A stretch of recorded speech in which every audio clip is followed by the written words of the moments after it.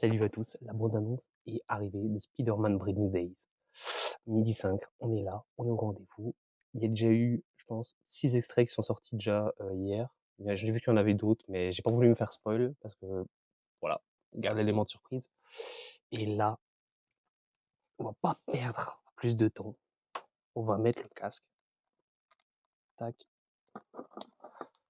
tac, tac.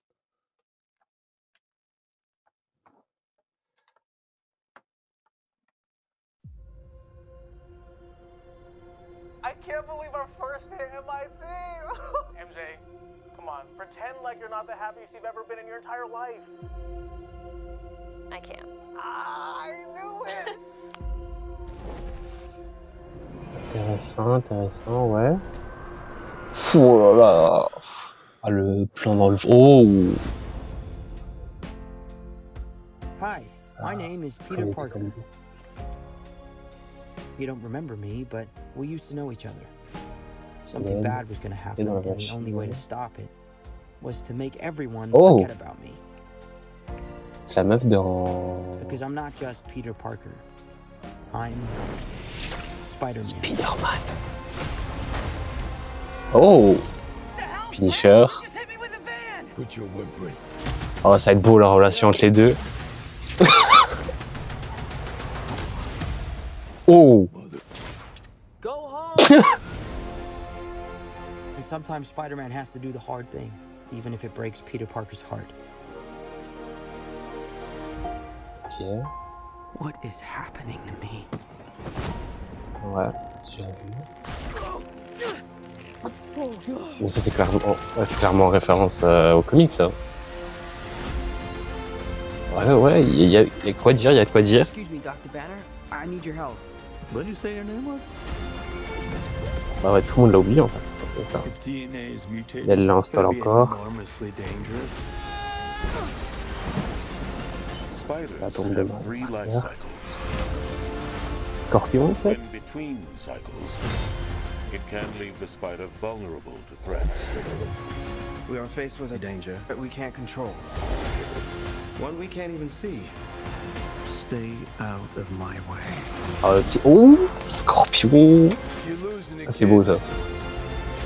And for those Oh, no. spiders who make it through, it amounts to a kind of Oh putain, oh là, ouf. La main. Clairement la main ça. rebirth.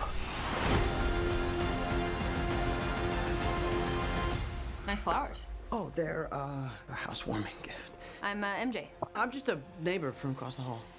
friendly neighbor.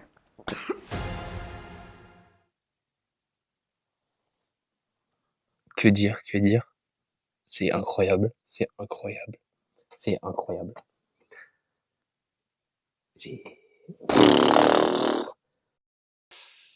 Et avec le pouvoir du montage, vous allez pas le ressentir, mais j'ai regardé la vidéo une quinzaine, vingtaine de fois. Que dire, elle est juste incroyable cette bande-annonce, mais de A à Z.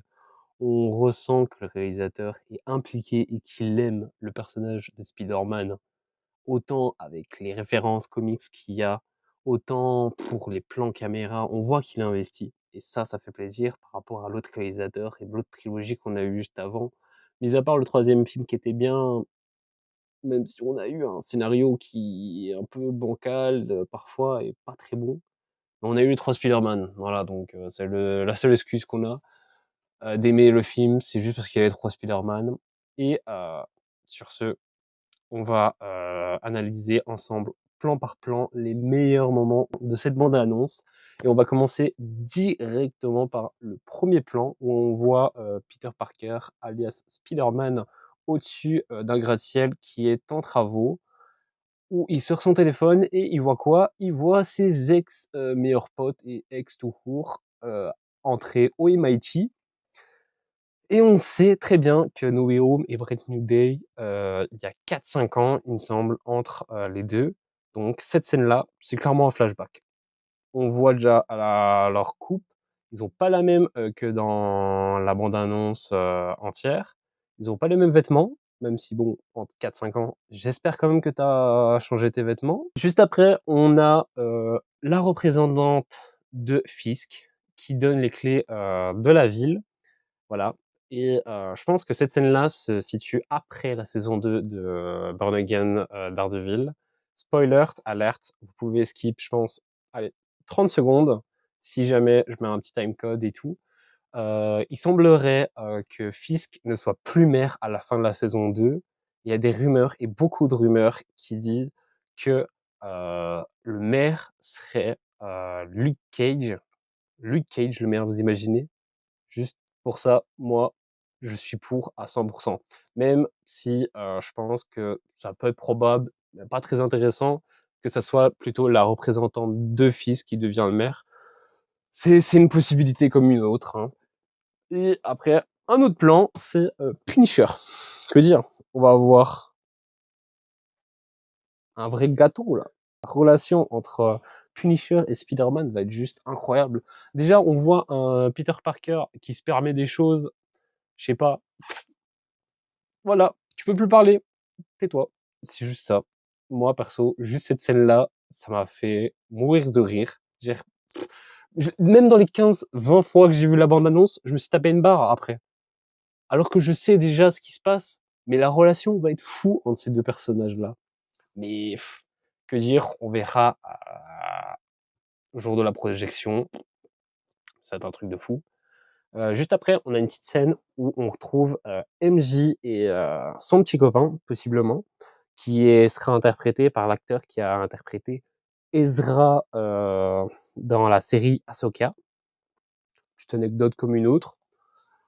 Et on voit un Peter Parker face à ça qui est un peu déboussolé, qui est pas trop à l'aise de voir son ex-conjointe dans les bras d'un autre. C'est normal, totalement compréhensible.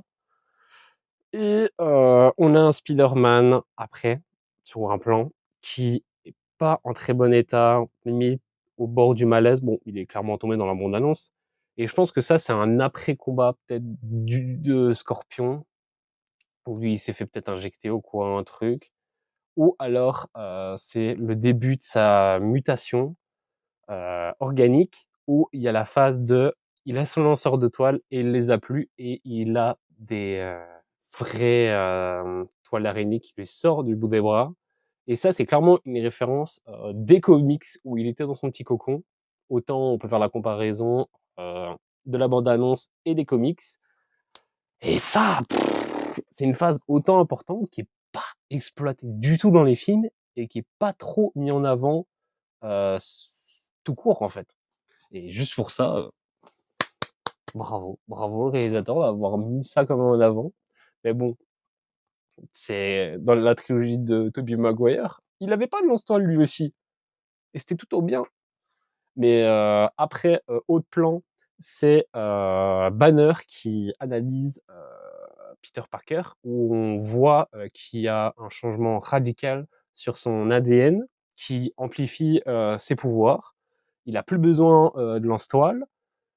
On sait aussi que Hulk semblerait gris et qu'il va être très en colère à ce moment-là dans le film. Et on n'a rien. On n'a pas d'aperçu dans la bande-annonce ou quoi. J'avoue que sur ce sujet-là, je suis un peu deg qu'il n'y soit pas apparu. Bah, surprise pour le film, hein. Moi, là, de toute façon, je me limiterai qu'à la première bande-annonce. J'ai pas envie de me faire spoil ou quoi. S'il y a d'autres extraits ou une deuxième bande-annonce qui arrive, je ne veux pas me faire spoil. Pour moi, ce film, j'ai envie de le découvrir à 100%. Mis à part peut-être la première bande-annonce et les photos de tournage que j'ai déjà pu voir il y a quelques mois, mais on n'est pas sur ça. On n'est pas sur ça du tout. Et ensuite, on a un petit plan sur un personnage dont je pense que c'est clairement Rachel Cobb, qui était une collègue à Punisher dans les comics. On peut le voir déjà à sa main. Je pense clairement pas que c'est la main d'un mec. On voit que c'est une main jeune, et même au gilet militaire, je pense que c'est clairement elle. Et sur une autre scène qu'on voit encore après, ici, elle est dans l'appart de Peter Parker avec tout plein d'ordi. Je pense que c'est elle. Il y avait des rumeurs qui disaient que c'était Jean Grey. Ça peut être potentiellement ça, dû à la scène où on voit que il y a un personnage qui passe d'un esprit à un autre, et Et je pense que ça peut être les capacités exploitées avec le personnage de Jean Grey, même s'il y avait aussi des rumeurs qui disaient que Mister Négatif apparaîtrait dans le film. Et même là, dans les photos de tournage, on a sur les tanks le logo de Mister Négatif qu'on a aussi aperçu dans les jeux Spider-Man, pour petite anecdote. Et voilà, suivant pour toutes les références. La première apparition de Spider-Man Amazing, où ici j'ai des comics de cette scène-là, pour le Amazing juste ici. Là, clairement, la petite bande-annonce, ça ressemble, c'est identique. Il y a aussi une autre scène qui est une référence où on voit en plus le vilain Boomerang qui serait, il me semble, interprété par le frère de Tom Holland. Et on a aussi le personnage de Tarantule qui est clairement en référence aux comics ici présents, qui est dans l'intégrale de Punisher.